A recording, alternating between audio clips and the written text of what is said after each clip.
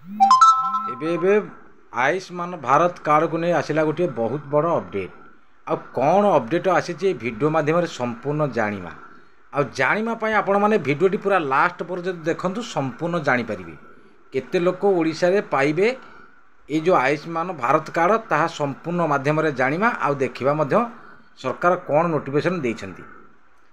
ପ୍ରତୀକ୍ଷିତ ଆୟୁଷ୍ମାନ ଭାରତ ଯୋଜନା କାର୍ଡ଼ର ଶୁଭାରମ୍ଭ ହେବ ଓଡ଼ିଶାରେ ଆସନ୍ତା ଏପ୍ରିଲ 11ରେ।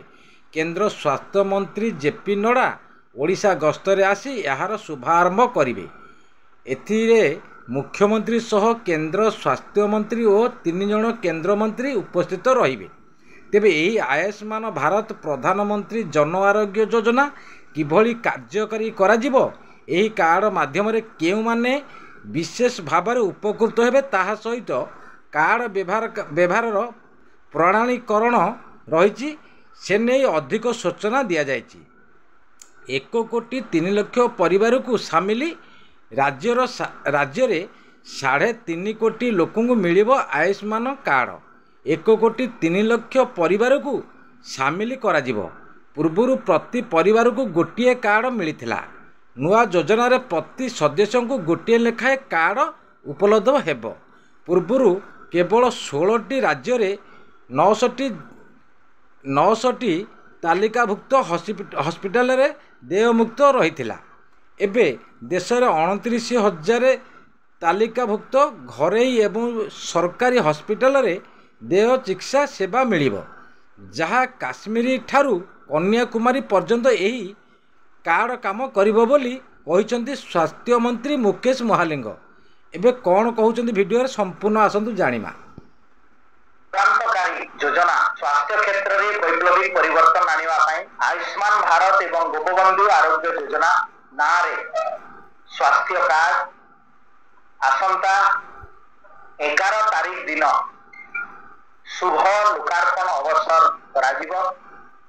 ଏହି ଅବସରରେ ଆମର ରାଜ୍ୟସ୍ତରୀୟ କାର୍ଯ୍ୟକ୍ରମ କଟକରେ ହେବ ବାଲିଯାତ୍ରା ଉପର ବାଲିଯାତ୍ରା ପଡ଼ିଆରେ, ଏବଂ ଏହି କାର୍ଯ୍ୟକ୍ରମକୁ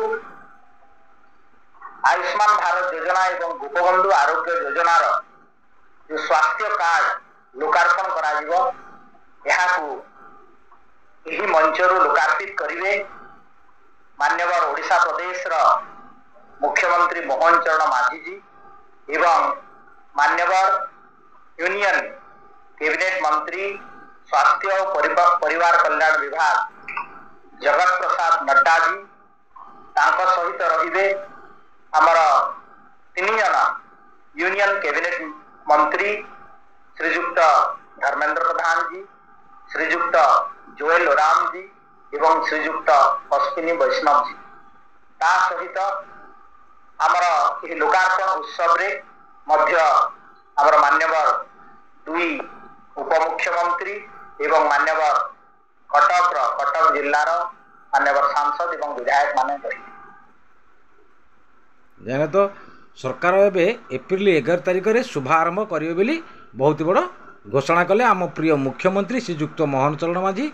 आउ आयुष्मान कार्ड ये शुभारंभ करेंगे एप्रिल 11 तारिख बोली बहुत बड़ घोषणा कर। भिडियोटी भल लगी था गोटे लाइक करदे, सब्सक्राइब करदे। रही नमस्कार, जय जगन्नाथ।